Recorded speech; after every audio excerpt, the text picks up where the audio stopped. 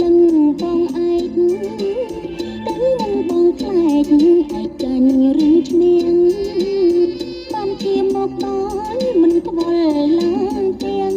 ទូចាញ់ឬឈ្នះឡើងផ្ទាំងហើយសិនទៅទូបានឈ្នះហើយនៅឡើយគិតអូ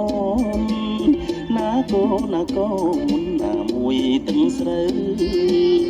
ណាមួយកូនយំណាគោអត់ស្មើណាមួយទាំងស្រូវត្រូវអងពីស្រាមិនអីទេបងទាំងគោទាំងជូនស្រីសោមប្រស្ងួនអិនស្រពនដែរថ្ងៃអូនបាច់ទឹកព្រឹងច្រត់ស្រងាកូនផ្ញើនឹងមកគាត់មើលថែអើឯកអរគុណណាស់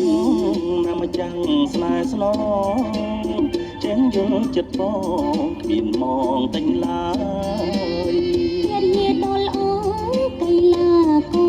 ហើយតើធ្វើម្ដេចឡើយអត់ដីព្រួយនឹង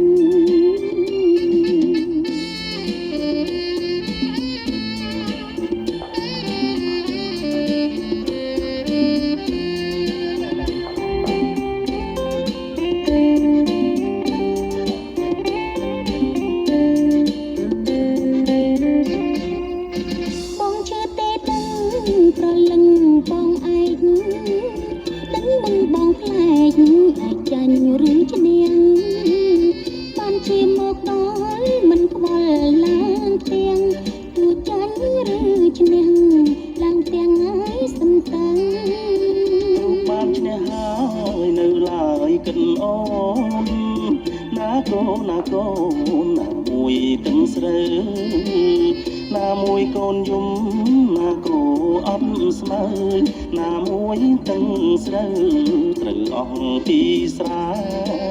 មិនអីទេបងទាំងគូទាំងជូនស្រីសោមប្រស្ងួនអិនស្រពនដែរថ្ងៃអូនបាច់ទឹកព្រឹងច្រត់ស្រងាកូនផ្ញើនឹងមកគាត់មើលថែអើឯកអរគុណណាស់ណាម្ចាំងស្នេហ៍ស្នងចេះយល់ចិត្តបងគ្មានមកតែងឡើយ